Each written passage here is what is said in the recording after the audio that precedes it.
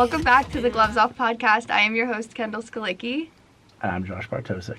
Today, we have a very special guest, my teacher, my mentor, Mr. Brian Tripp. Tripp, thanks for joining us. Mr. Brian Tripp. Wow, I am honored. All fancy. I can call you Trippy if you want. Well, there is no pressure for having me on. Thank you so much. It's like first time, long time, right? Long time listener, but first time guest. So I really appreciate it. Yes, better known as the voice of Penn State Hockey, if you recognize his voice. That's where you've heard it. I thought we could kind of start where me and Josh met you and how our relationships are, and then I'll have you kind of explain your role and how it's evolved with Penn State Hockey. So I'll go first. I met Tripp my sophomore year. He was bringing me on to be an intern. I remember we met on the bench outside the BJC, and I was petrified because I wanted the internship so bad, and I was just a kid. And immediately, I knew our personalities kind of clicked. I feel like we have that sarcastic vibe going on. Then Tripp... Never. Yes. Shy Kendall was on a bench waiting for me. It was a warm day. And at that time, I still had a cubicle office before I moved into the bigger office space and then ultimately moved back to the cubicle again at the end. But I had a small cubicle, so it was a nice day in the spring. And I said, let's meet outside. Yes. So I guess I did okay because I got the internship, and then Tripp has been teaching me, helping me for the last 2 years, and I'm very grateful for that. I've learned some stuff along the way from you, too. I didn't officially meet you in person until I think it was second semester freshman year. I shadowed you for a class, and I was petrified, but I had called you like a month and a half before because I was working the women's Frozen Four way back when it was here. And I was like, I have no idea how to make charts for 4 separate teams in 1 week. And I called you, and then we talked for like 20 minutes, and then I did the interview. And then the next year when I was on the men's hockey beat, I came up to you at one point. I was like, I don't know if you remember me. I was like, how could I not remember you? And then we just, I would text him like once a month. He'd be like, no, I still remember who you are. Aww. And then, he was meaningful, and I might have said I remembered, but right now as you're telling me that story, I have no I knew it. I have no recollection. Wait, was this freshman year? It was freshman. Okay. Well, it was 2021, right? Yeah. And at the same time, I was also, I don't know, maybe it was sophomore year. It must have been sophomore year because I was also beat writing the hockey game at the same time. So I was doing both. But it was early sophomore year, and then later in sophomore year, I came up and I texted you. I was like, I don't know if you remember me, but I'd love to send you some stuff. He was like, yeah, I see you in media, the back of your head every day. So that was the best part about it. And then that's definitely a reply I that's would a Brian give. Tripp text. I never heard one. And then this past week, you were basically my unofficial chaperone because you were on the same flight as me. Yes. We had a good time. It was someone to talk to, and then when I realized when I got to St. Louis and didn't have a voice for the Frozen Four when we got off the plane on Tuesday, I probably should not have been speaking to either of you. Yeah. But wait, so when you think back to meeting us sophomore year, do you feel like that was a long time ago? Did we seem younger or not really? I think you both have changed. I think you're both more confident in your skills and yourselves. You can tell that you've developed as people and as broadcasters. Yeah. I think you're kind of, and I don't want this to go to your heads here, but when I look at both of you, kind of get that little big man on campus vibe right now in the College of Com, and the podcast has come a long way, and really a credit to both of you, and that's why I'm so honored to be on the podcast. Seriously, when I look at the people who cover hockey over the course of the year, and I know both of you are in different roles in doing so, but the questions, the responses you get, the respect that you have from the coaches, players, staff, the way you handle yourself as students, as professionals, it really, it speaks to the caliber of broadcasters, writers, the type of people that you are, and you have such a bright future in this. And look, every year there's a different crop of students in my 12 years of doing this that have come through the program, and I think Guy runs such, and John, the media availability is so open, honest, it's a comfortable setting, recognizing that it's a college campus, and this is a space. Not every question is going to be great. Not every question is going to be polished.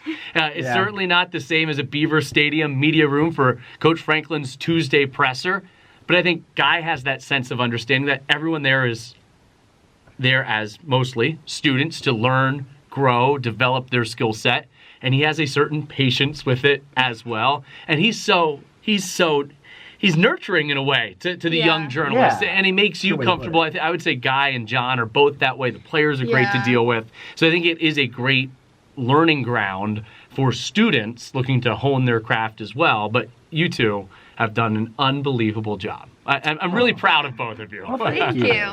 I noticed that about Guy too this year, like getting to sit down with him more. He still has that like coach aura that like I'm intimidated by, but like he was so like patient and kind with me that like after doing it once I was like, okay, like I'm not gonna pass out every week. Like I think he definitely does a good job of understanding that we're students. What was more intimidating, him or when you're doing stuff with the Flyers over the summer? That's a good question. Him, because okay, besides my first, I ended up doing like I think 8 interviews with the Flyers. My first interview, they were like, let's test this out. So I was like, okay, like I have to do this well. But after that first one, like they were kids my age. So like I felt okay and I made friends with the guy filming me. Guy just has, I still to this day like can't read him that well. Like it's his, I feel like his emotions aren't always on his face. So like watching him walk over, I'm always like, don't screw this up, don't screw this up. But yeah, I've gotten less and less nervous as the years gone on. During your internship, what was the most stressful thing, the most uncomfortable thing I made you do or put you through? Probably like the man on the street type of stuff. I can't I hate that stuff. Always so stressful. Yeah, and Tripp was like, you're doing it, go. You've like the basketball thing you and me go to, and he's like, go ask them what they think of basketball. I was like, so probably awesome. That stresses me out a lot.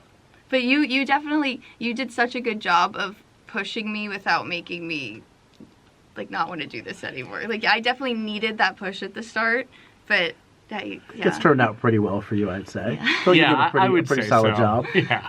But also in terms of you in the press room, I keep telling Josh, I'm like, you are going to be so missed. It's going to be so weird when time comes around and you're not sitting front row with 8 questions. Someone's going to have to ask the questions next. That's the big thing. And for those that aren't there, Josh probably asks 40% of the questions in the media. I'm a curious little critter sometimes. I might go 45. I'm curious, yeah. Don't worry. They're great questions. I'll send our next batch of Com Radio people. I'll send them some questions every now and then, just in case there's a dull media session. There shouldn't be when we have the end of year one with the stuff that has happened this year and the future of this program. But I am gonna miss it. I'm gonna miss having Guy come in and either bash or compliment my tie every week. Yeah, it is sad because I feel like hockey is the people that get into hockey stay in hockey. I so agree. like last week was so emotional for us because we've been here. Like this was like, when I think of Penn State, I think of Penn State hockey now. Yeah. It's interesting you say that because when I was a student, and I'm going to date myself, they were still a club team. And I remember a few nights going to Greenberg in the dim yellow hue of the lights. And I wasn't a part of broadcasting the club team when I was in Comrade, and it covered every Icers game, and they were later games. It wasn't a 7 o'clock puck drop on a Friday night. They were playing at 9, 10 o'clock over in Greenberg, and it was this real niche but real passionate following. And during my college career, towards the end of it, they made the announcement that they were going Division I. And I was always a hockey fan. I grew up watching the Flyers in the days of the Legion of Doom, so Eric Lindros and John LeClaire. You really are dating yourself. Yeah, Mark Recchi, Chris Therien, Eric Desjardins on defense, and the rotating cast of characters they had in goal every year. Brian Boucher was probably the best of the group that led them to the playoffs and deep into the playoffs in the early 2000s. So I was a hockey guy, but never. I always was enamored with the sport, played roller hockey and club floor hockey, but never skated. Didn't have really the availability of ice, was busy doing other things in the winter. And I would go occasionally to the club game, but I wasn't one of the people that was like invested in the club team. So to hear you talk about how hockey's kind of shaped your collegiate experience, I didn't have that opportunity as a student. And then after I graduated, I stayed at Penn State. and broadcasted with our women's volleyball, and this is right after their great run of the national championships. And really during the middle of it, they came back after their streak ended, the match win streak and the set win streak ended, and won a couple more national titles. But I was broadcasting with women's volleyball, women's basketball, and baseball. And when the announcement started and you kind of get the feel of what Pegula was going to be, and at this point, it's all a concept until it starts to turn into reality. Mm-hmm. And then the Big Ten and the announcement of joining the Big Ten, and all of a sudden Michigan, Minnesota, Michigan State. And I remember that first year they played the hybrid schedule, and somehow at the end of the year they beat Michigan State and Wisconsin in that hybrid year that no one really talks about that anymore. And just like, wow, this is really cool. And hockey's like college hockey, even at that point, probably not, like now it's about 33 to 34% of the players in the NHL played college hockey. Mm. At that time, I'd say it was probably in the mid-20s. Like the growth of the sports really changed too, and the Big Ten's had a lot to do with it, and higher level players playing at least one season of college before going to the pro ranks. I started to be like, okay, what's the next step for me as a broadcaster? I'm doing analyst work with Jerry Fisher, who's been on Lady Lion basketball for a long time. His dad, Fran, was the longtime play-by-play voice of Penn State football. I was working with the guy, Lauren Crispell, who's unbelievable. He's now the AD at State College High School. He was calling the baseball game, so I was color there. And I was working with volleyball. And like, where's a big-time, or what could be a big-time sport that I could be the voice of that program? And for me, as I'm going through this, I'm thinking maybe it's hockey. Like, I've always liked hockey. Whenever I'm playing the NHL video game at my friend's apartment, this 22-year-old Brian Tripp, right, at his college apartment with his buddies on a Thursday, Friday, Saturday night, and we're playing 20 games of 3-on-3 on Chell, it's like, I kind of enjoy this. Yeah. I've always been someone that kind of talks during the video games. My brother would tell you that going way, way back when. And that's when the hockey thing started to become real for me. Yeah, that's interesting, because I would have thought you've always like ride or die since day one. The first hockey broadcast I ever did, I was terrible.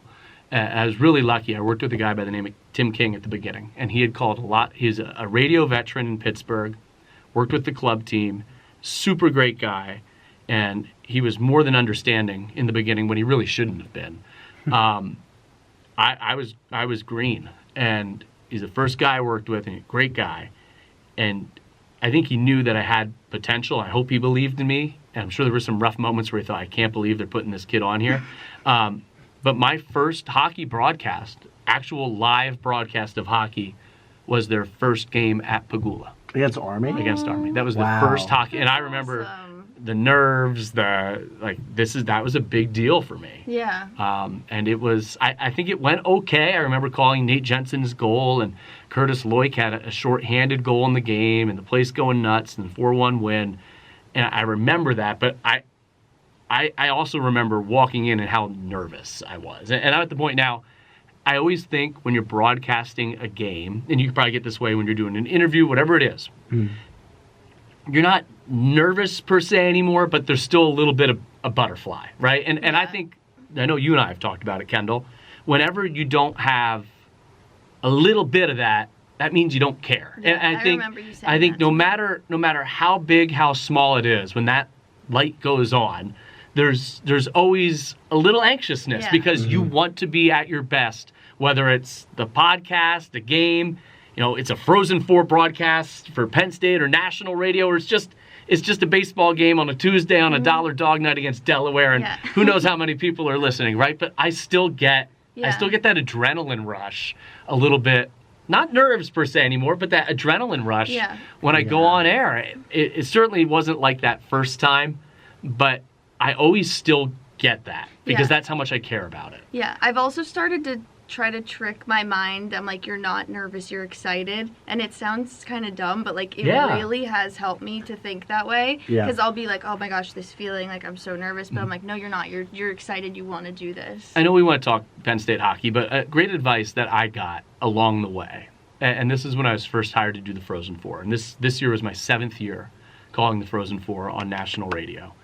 I was so nervous. I was so nervous. And it was really this year was equally as challenging to be completely neutral, and we can talk about that. But I was so nervous.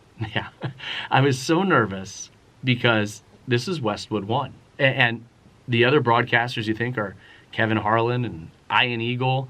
At this point, they still had the NHL rights, so I think if it wasn't airing on NBC, Doc Emmerich was doing some for them at some point. Sam Rosen certainly was doing the Cup for them, and Kenny Albert was. And why are they putting Brian Tripp, who's still in his 20s at the time, on here? And I felt like I had something to prove. And our producer, Larry Costigan, who's done it all 7 years with me, goes, "You already have the job. We like you. You're hired. You don't have to prove yourself. Yeah. You already proved yourself to get the job." That's not that there's not pressure to still do the job and do it well. Mm-hmm. But they hire you. I selected Kendall for an internship for a reason, right? Like, Right. the people you surround yourself with for jobs, opportunities, you're picked for a reason. And that was great advice that gave me, not that you still don't have pressure to do well, but the confidence that you can do well because you were picked for a reason for that opportunity. Yeah, Very absolutely. good advice. And I want to, we will talk Penn State hockey. I want to dive more into you calling the games because I think it's really interesting to hear the other side of it because you think it's just like a voice in the sky and then you're like, this is him.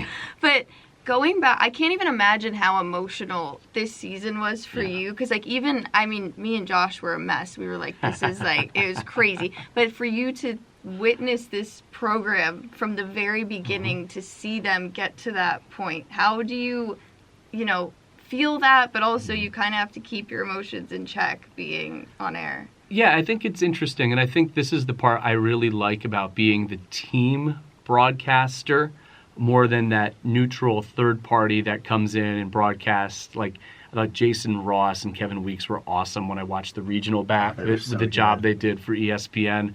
But regardless of who wins, they're going to be excited. When you get to work with a team, and what's really great about all of our programs here at Penn State, I feel the same way about baseball, I feel the same way about football, I feel the same way about women's volleyball, but especially hockey, to see where it was and be there from the beginning, from the ground up, to see, that first Big Ten year, I remember the joy that we had, Eric, Chris, and myself, in calling the regional championship against UConn was the same joy that we had when we finally won a Big Ten game on the road in overtime at Michigan.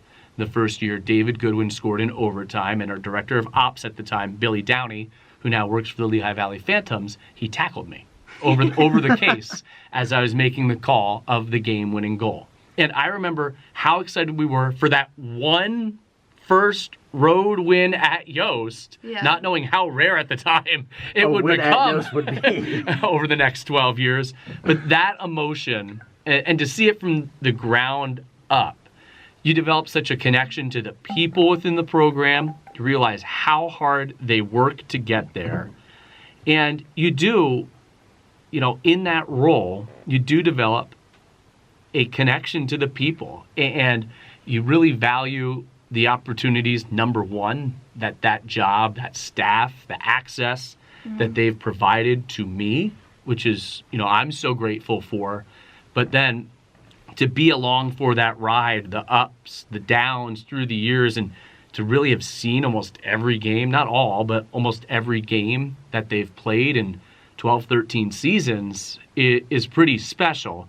And when Guy talks about in his press conference after the regional, at the Frozen Four, after losing that national semifinal game, about what it means, not just for this year's team, but the people who helped get them there, big and small, from Terry Pagula and Joe Batista to people like Morris Kurtz and Michael Cross, and then all the way down to the 4 different SIDs that they've had, and the different athletic trainers, and the different strength and conditioning coaches. And I say different because of the family atmosphere and the culture of the program.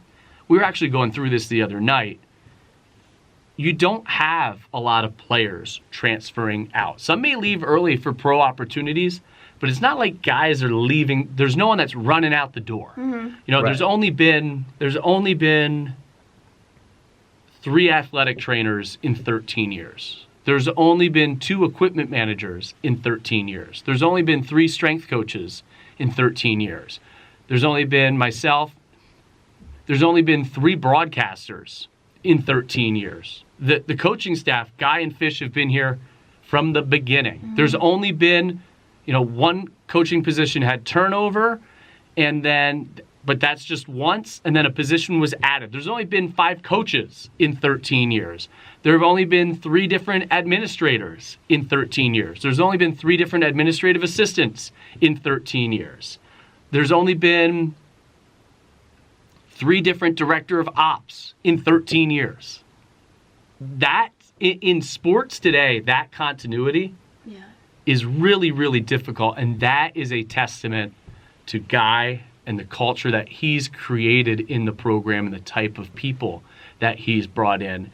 And I think about, as he mentions, the Patrick Cowdices, Tommy Olczeks, James Robinson, Ricky DeRosa, David Thompson, the list goes on in the world who helped build the program to this point. All of those people have also put the legwork in to get the program to where it is today, where everyone involved with the program today reaps the benefits of it in the moment, but because of the contributions of everyone through the years, big and small, have helped get it and elevate it to the stage that it's at. Yeah. That's funny you say that, because I have been saying I wanted eventually, before we leave, to thank Guy, thank the team, because I don't think they understand. I mean, they do understand because they created it, but an outsider coming in, it is such a family in Pagola, and I've, especially at the beginning, I bounced around with other sports, but none of them compared to hockey. The way that they embrace everybody, the way that the whole staff buys in, down to the equipment managers, everybody is bought into this team, rooting for the team. Mm-hmm. The fact that on a game day, I'm in the tunnel, and the coaches are walking out, and they're like, "Hi, Kendall, how are you? About to play Ohio State." I'm like, "Me?" You're talking, and they're just everyone there is just kind and supportive and loves to do what they're doing. To that point, I interviewed for Guy. We do 3 to 4 minutes pregame before every game for radio, and I asked him at Michigan, and this is the series. We knew going into the Big Ten quarterfinal series on the road at Michigan, had to win the series, possibly sweep the series for the season to continue through NCAAs and to make it to Allentown. And I asked him, a couple questions about the team and the game, but we kept coming back to the second half of the season, especially once you got to February, how loose, how fun, how confident the group was. And I said, "Why are they having so much fun? What is it?" And he's like, "Well, it's the positive culture of the room." And then instead of just talking about Charlie and JJ and Carson Dick, the list there, he goes, "It's KJ, the strength and conditioning. It's Carly, the athletic trainer." And then he's even going down and mentioning, I know, Kendall, you know who these guys are, but he's mentioning Dub and Heisey and Hickson, the equipment manager, the student equipment managers, and Merrick and Millsy. This is the head coach in the interview before the Big Ten quarterfinal game on the road at Yost. The first game, they don't have a 1-0 lead at this point. Yeah. And he's talking about these guys who have, such a small role at the program, 19 to 22 years old. He's like, "Yeah, I can't believe the characters they bring in." That's the type of coach and culture that he's created, that everyone has a part in it. And he respects everyone that comes into the room and adds, that positive energy that we've heard so much about from the Carson Dicks, the Jimmy Dowds, the Simon Macks, that list that he's mentioned during the second half of the year from the senior leaders, that even trickles down to people that no one ever think to talk about. But Guy here in the Big Ten quarterfinal pregame hours before the game is saying, "Man, that Hickson in the back room, he's a riot." That I couldn't imagine, and I've worked with some great coaches and worked with a lot of great coaches, but for him in that, I just, that's something that's very atypical. Yeah, absolutely. And it sounds biased because it's our job, but even at Penn State, we've all worked with other sports, and I don't get that energy. And even Josh, the fact that you have such a relationship with the guys and the coach just from being in that press room, that's really rare. Yeah, I mean, I'm grateful for it every day. I mean, there have been times where it's not even me recognizing the guys, it's the guys recognizing me out on the street. I mean, for God's sakes, I was at St. Louis, I was walking the Enterprise Arena, and Christian Berger taps me on the shoulder. I was like, "What? How you been, man?" I was like, I haven't seen you in like over a year. They don't even know how you recognize me. They all recognize you. That's because you're the pairwise guy. Yes, well, they all know me as Josh Pertosik now, apparently, which is how I signed off on my thank you tweet, even though I still have to tweet for the next few months. But it's just the relationships that you build. Like, obviously, in that media room with the other writers is its own thing. Like, I think you get that almost everywhere you go. But to have that relationship with the coach, with all the players, like, they are, like, excited. Most of them are happy to see you when you come up and ask them a question, and, like, they're just ask you about your life. I mean, I spent a good 15 minutes one day talking to Matt DeMarco about the Penn State football Big Ten championship. Now, no one expected him to be there.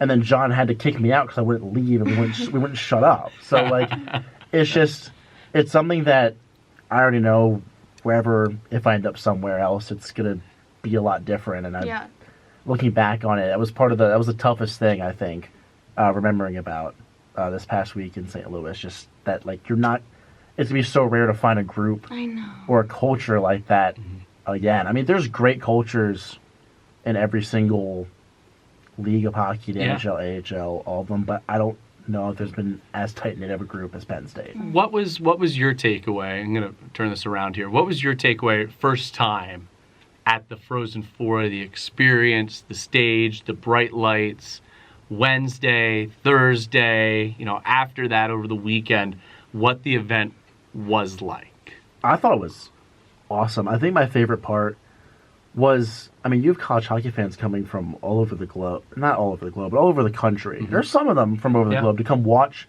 this game. Me and my friend Anthony Descher, we took note of how many different jerseys we saw. I think we counted 48. And there was an Alabama Huntsville jersey. We saw some AIC, which now isn't a program anymore. R.I.P. John Hanna's alma mater. What was the most unique one that you saw? I think Alabama Huntsville had to have been up there because I was like, they haven't been a program in like 10 years. And it was at my hotel too. It wasn't like just on the concourse. This guy was wearing it around all proud. I think that part was so cool. The Frozen Fest activities that were like down the road were like okay, but the actual inside experience I thought was fantastic. I mean, I still can't believe it was a real thing that happened. I don't think it hit me until I was on the plane back from St. Louis that was a thing that just happened. Yeah. I would say when I got there, John texted me to go to the locker room and I couldn't find the locker room. So then I ran into Ben Schoen and we were just like he didn't know either yet. So we were aimlessly circling. But what I noticed was the fact that all four teams are there, like, so close to each other, and, like, you keep seeing, like, that to me was just really cool. Like, there was just, like, this energy in the hallways, and the fact that they were all literally within feet of each other. Like, you practice here, then they're back to back. Like, I don't know, just that aspect of all four teams being in that close quarters, like, all at the rink at the same time, that to me was just really cool. And Penn State is one of them, right? Like, that. To me, that too. I don't know that it ever. Man, it's so hard to say because I almost feel the same way you did, Josh. Like, oh, that just happened, and I was going through some things, right? When we got off that plane, as I said on Tuesday, my voice was gone. I'd taken the previous weekend off from baseball just because it was a long winter, long fall, long winter, long spring to that point, and after regionals, I had allergies, cold. I don't know what it was. I'm like, I need a weekend to make sure I'm at full strength for this. And Monday, Tuesday sound great, but we get off the plane in St. Louis, and I didn't have a voice. To the point of Wednesday, could barely talk, knowing that, and this isn't a slight, but it's not just going on our radio broadcasts. Like, there's some standards for Westwood One. Yeah. Are they going to allow me to do this game? So I was doing all the honey tea, got a humidifier, hot showers, saltwater gargles, trying not to talk, lozenge, like whatever it could, different medication, just trying to get my voice back to the point where I could do the game on Thursday. So I was so mentally and physically drained, just focused on that and trying to enjoy the experience with Penn State being there. But until it actually happened, and I think there were a couple of moments. Number one, have the chance to interview all the teams before the game on Wednesday. And when RC and Matt and Finker and Carson came in the room, and Kendall was in there too, but like when they all came in, it's like, oh my God. It's not like BC's up next, Minnesota's not up next. It's our guys. This is cool. When the broadcast started on Thursday, and our next game tonight will be the Boston University Terriers and the Penn State Nittany Lions. That's a holy crap moment. Yeah, but really not until we got back did I really feel like, oh my God, that just happened. They did it. Like I think after they won the regional, there was a real sense of accomplishment, pride that they made it. And there was a celebration that they made it. But then in the days after, it's okay.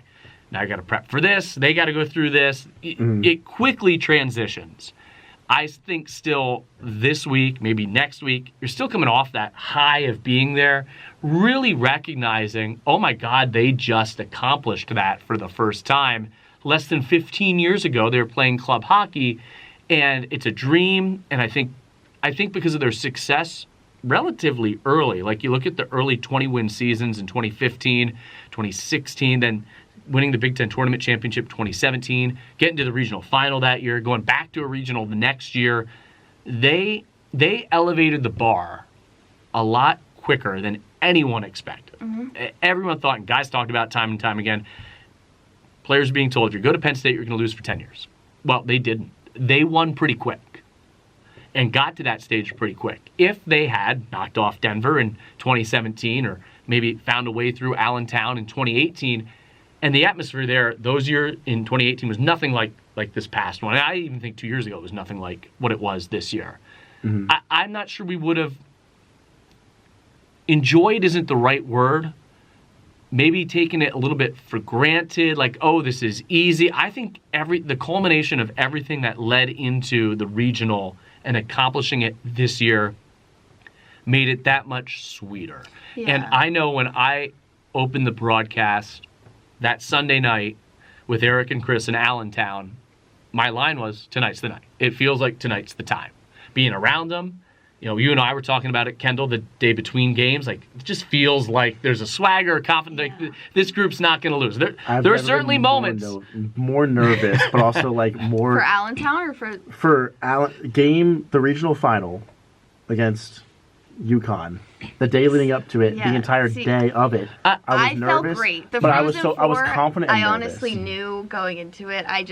I didn't think, like, I don't know. I just, like, listened to my gut. Going into the Frozen Four, I was like, I think this is it. Allentown, I knew. And, like, looking back now. Not that there weren't moments during the third period and overtime I thought, oh, no, this isn't going to end well. Third period, I was like, third period, I had prepped myself for heartbreak again. Yeah, but just based off of, like, energy from the team, I felt like Allentown, for me, was more special than the Frozen Four just because it was, like, I feel like that was their moment. Like, with all the Penn State fans there and, like, I, like, keep playing over and over again. Like, I was in the tunnel with a few of the guys injured or not playing and, like, other Penn State staff. And, like, the way that it just erupted when we realized we were, like, it was the same. It was honestly more special than the Super Bowl. Like, it was just, like, that was their moment. And then I feel like the Frozen Four was just kind of like, okay, like, we did it. We're here. Like, you know what I mean? Yeah, and I think that's part of it. Like, and I think the team was well prepared for St. Louis. Sometimes you get first-time teams there, and it's like, they're deer headlights. I thought they played pretty well. I think they needed one of those odd man rushes or breakaways to go in. And that like breakaway, like 3 minutes in, goes in. I think it's a much different game. Yeah, and I think they had more than that in the first period. I think the line of Charlie, JJ, and Didi had a couple of chances in that first. There was another, like, 2-on-1. There was a scramble to the side of Yegorov who was fighting the puck a little bit. But if they get one in the first, I think it changes the complexion of the game. But I thought, even though BU may have been the slightly better team in the first and second period for sustained stretches, it wasn't like they weren't getting opportunities. Yeah. Like, think even how they won the games at Michigan State. Got a couple of odd man rushes, good chances, put it in. and RC was great. That game felt like that. And then in the third, I thought Penn State was awesome. And once Nick scored the goal to get them within one so early in the period at that, and the way they were playing, I thought, oh, they're definitely coming back. And so I think they played well. I don't think the stage was too much. I think they were prepared for the stage, which is really encouraging. But in the sport, the same way as you had to go through the heartbreak in Allentown 2 years ago, the same way you had to go through Denver, the tough defeats against Denver in 2017 and 2018, sometimes you don't get the instant gratification. And getting there, just like Allentown, it felt like this is their moment. And I'm not saying it's not easy to get back. It's hard to get there. It's not easy. There's a reason why so many teams at the end of the year are like, man, like Michigan State, Minnesota. Look at the type of years they had and still didn't make it to the Frozen Four. Yeah. And BC lost first round. Look at BC and the year they had. So I'm not saying it's a given, and I know everyone's really excited about what's coming in, who's coming back. It doesn't make it a given to get there next year. Certainly expectations are high. Now, how do you manage being a team that has a target on its back? How do you manage the hype? How do you manage success? Because instead of being the team that was winless in its first 9 Big Ten games, you're going to go into next year as the team that was in the Frozen Four last year that everyone's going to pick to get back there the following year. So how do you manage that? But the experience of being there now sets you up for next time you're on that stage, the feeling we had in Allentown of, okay, it's their moment. Now the next time you're there, it's going to feel like, all right, went through it last time. Now it's their moment. Yes. And that's the tough part of this. It's the tough part of sports. You know, I've seen it with baseball this year, right? Every time it looks like, okay, they're going to take off and go, that they hit a little bit of a bump in the road. Mm-hmm. Well, that's because they probably raised the bar so high with the way they finished last year that it set, I don't want to say unrealistic expectations, but it raised the bar to a new point. Yeah. And that's the same thing. In sports, sometimes you just got to go through it to get to where you want to be. And unfortunately, because of the way it played out in St. Louis, they were, not that they couldn't win the game and didn't play well, but you had to go through it. I also feel that, I think they were prepared for the game. I feel like the atmosphere of the Frozen Four was challenging, not in the sense that it's a bigger stage, in the sense that I feel like this team has built so much off of like energy from the crowd, and like coaches like talked about that endless times. That atmosphere was not even close. Well, you can't blame them because that first game with the 2 overtimes. Yeah, so I think within the first game going over, and then also like these are just hockey fans. Like they're not rooting one way. So I think Penn State not having, I think even if it was for the other team that was really loud, like it was quiet in there. It was like interesting. Yeah. That's like what I noticed right away was how like quiet and how like diverse the fans were. The only school that really traveled very well was Western Michigan. That's because they had their tickets bought and their plane tickets bought for as well, because it was their first ever, and their new athletic director has done a fantastic job in such a short time. It's not easy travel for a Penn State fan to fly to St. Louis on a Thursday night. Yeah. That may only be a one-day trip or could be 4. Like, it's expensive, too. Yeah. I heard from a lot of people who were going Saturday. And even Saturday, Josh, you were there, right? The crowd Saturday was nearly sold out. It was great. A fantastic crowd. It was a fantastic environment for hockey. It's just one game. I think a lot of casual hockey fans, because you could hear kind of the blues chants throughout the game as well. A lot of casual hockey fans were there. So I think it was a different atmosphere Saturday. The tough thing about the Frozen Four is you either have it in a traditional hockey market, a destination city, or you're banking on certain teams who draw and travel and alumni bases being there. Penn State's got the alumni base and the travel thing. Still a relatively young hockey program. But because of the location, with the day, the 3 other schools are small schools, not close to Boston, not drivable for Denver. Denver kind of been there, done that, see you in the championship. Western was the only, it's still not close, but still the only drivable school. I think it's 6 or 7 hours, but the only drivable school there. And St. Louis, as you guys saw, nice city when it's warm, but still like a Thursday there. Not like a super great.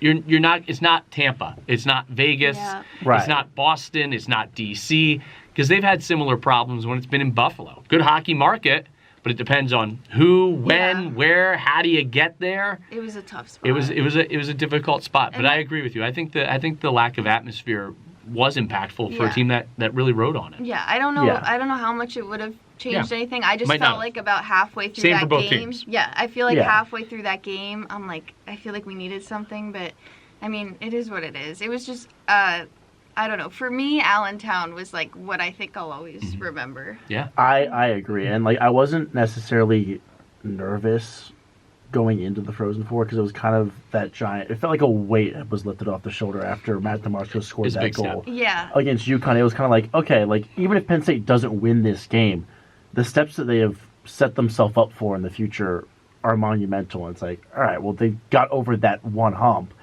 And again, kind of going back to your point, Tripp, I don't think that it would have been I mean, it would have been great to see Penn State continue to win and ultimately win the national championship, but it's hard to get there. It's hard to get there. They weren't necessarily set up for that sort of run, I don't think. And I think that having the experience to go there, understanding the hardships and how difficult it is to get back there will be beneficial the next time to make it back there. And they'll be back. It may not be next year. It may not be the year after that, but they will be back. This is not a one-and-done kind of team.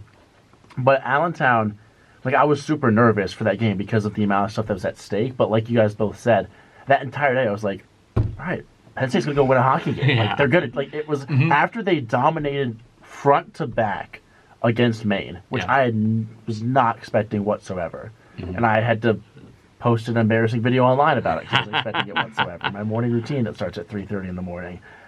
I was like, there's no way that they don't make it. Like, they don't do the thing. And they finally get there. But there were so many nerves. It was like, all right, well, what if they can't do it this year, will they ever get it done? But they got it done. And it was tough. That third period was not great, but they got it done. And it was one of those things where I don't think the team played like it, but my mindset was like, all right, well, they already made it here. Like, the season's eventually going to end, and I'm just glad to see it end in St. Louis versus it's a different kind of heartbreak wherever it was in Allentown. It was a weird feeling because I was like so, like, again, that Allentown was like the we made it moment, and then when I realized we were going to lose in the Frozen Four game, I wasn't sad that we lost because I was like, the fact that we're even here could be a movie. Like, it's insane. It was more so just like, wow, like, this has been such a high. Like, it's coming to an end. I feel like that was all good things. For us, unfortunately, all good things have to come to an end at some point. But you're also, you're one shot away from tying the game, 2 shots away to think about. And I think I've always thought about the moment where they get there, but probably never let myself stray to the moment of winning the title.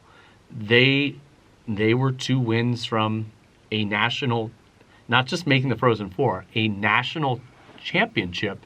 And I thought going in, out of the 4, I thought the 4 teams were pretty even. I thought it was anyone's Frozen Four. I think it kind of played out that way where you had basically, the 2 semifinals were 1-goal games, one a double overtime game. And the championship was a 1-goal game until halfway through the third period when Western Michigan broke it open. Yeah. I was just going to say it probably was one of the more entertaining Frozen Fours from start to finish because there have been several where either one semifinal game or the national championship has been just not fun to watch. The national championship last year was great. The Denver BC game was great, but a couple of those semifinals haven't been necessarily entertaining to watch. But from start to finish, it was great. And also, I think the atmosphere helped, too. I mean, Western Michigan was that fan base, when they were playing, it was as loud as I've heard that arena. Yeah, I think stylistically, too, you knew Penn State and BU were going to get up and down the ice. Western Michigan only plays one direction, that's north, which is really fun to watch. And then they have such a great rivalry that had been built over the year with Denver playing 4 games, 2 of the 4 going to double overtime and 3 of the 4 going to overtime. I think it really was stylistically, teams, the new blood, blue blood storylines. It was a great Frozen Four. I think it's big for building the game of college hockey too, which should be built in the next few years because of all the CHL stuff. We're already seeing, like you mentioned, the growth of college hockey players going to the pros instead of all just being guys from overseas. Yeah, and look at the last couple of national champions. You have Western Michigan, Quinnipiac, UMass, all first-time champions in a relatively short span here. I want to go back to something you said at the beginning, and I want to ask one more question about you before we wrap up. You spoke about how special it is, like, being a part of a team. I think coming into college, I was like, okay, the goal is to work for this network or that network or that station. After being here, like, I want nothing more than to work for a team again. Like, you know, maybe one day I'll want to be at a network. But right now, like, I just, you know, being a part of a team and working for a team and building those relationships, I feel has made it so much more enjoyable. And I want to ask you, like, within your calls, you could hear your emotion a lot of the time. I want to ask, when you think going back, what's your favorite call you've made or favorite memory? Like, what was a moment where you listened back and you were like, yeah, that was a good one? Well, I think there's a difference between a great call and sometimes like a passionate, emotional call in a moment, because when you're around a team, you get to become a fan of the team, the people, the relationships. You see the work they put in, and you're lucky because you're rooting for them. And that's what working for a team allows you the opportunity to do. It also allows you to connect with the fans in a different way. You know, to hear from people, oh, we listened to the broadcast, we listened to the call, oh, we can't wait to hear what you had to say in that moment. Selfishly, that's really cool. And to be like the conduit of the action to those people, and then share the stories of the coaches, the athletes, the support staff who put the time and effort in, for family and friends who can't get there because they're recruiting players not just from all over the country but all over the world to come to a place like Penn State. Like, all those elements of working for a team are really, really special. Obviously, I think in the business, and I know Josh would feel the same way, I know you would feel the same, anytime you get to cover a big event like a Super Bowl, like a Frozen Four, or that game-winning moment, you hope to be at your best. So to call through the years the Zach Sarr's overtime goal to beat Michigan in the first ever Big Ten tournament, highlight. To call Liam Folks' goal to win the Big Ten tournament on a breakaway in double overtime, that's the moment that you want to do your best at as a broadcaster. But also at that point, you know, when they scored in overtime to beat UConn, you know, I just remember Chris Funky yelling in the background and seeing the puck go in. And I think at that point it's, holy cow. Like, I'm not someone who scripts a moment. You kind of think leading into it, where do I want to go with it? How am I going to approach it? But I never script it. And that one, once it got to overtime, whatever you're thinking, you're just so, it's out the window. You're so locked into the game, just trying to get the action. But that, you know, Didi's goal to send them to the Frozen Four is by far and away the highlight of my Penn State hockey career. I don't think it's my best call, but I think it's my favorite, just because of how much it meant to, it's my to me and so many. It's a great call. Yeah, I've had probably more technical, better calls, like Simon's overtime game winner against Minnesota the final weekend this year. And then there's some like lines you drop through the years, like, what did we just see with JJ going through the legs? And I didn't expect to say that. You know, Danny diving and knocking the puck in against Ohio State, and you watch some of the videos back, I'm like, you know what, that's a pretty good line. Hey, you look like Superman diving to the net. The first time I said pandemonium at Pagula, it was not planned by any stretch, and people were like, that was awesome. Like, you got it. The Minnesota 20. There was one way before that. Oh, really? There was one way before that. But people are like, that's cool. That should be like your signature in big moments. So I don't like to script it, but that's when we bring out, you know, I think I've done Hysteria in Hockey Valley twice now. Like people like that one. So yeah, it's cool. It's cool to have your voice attached to that.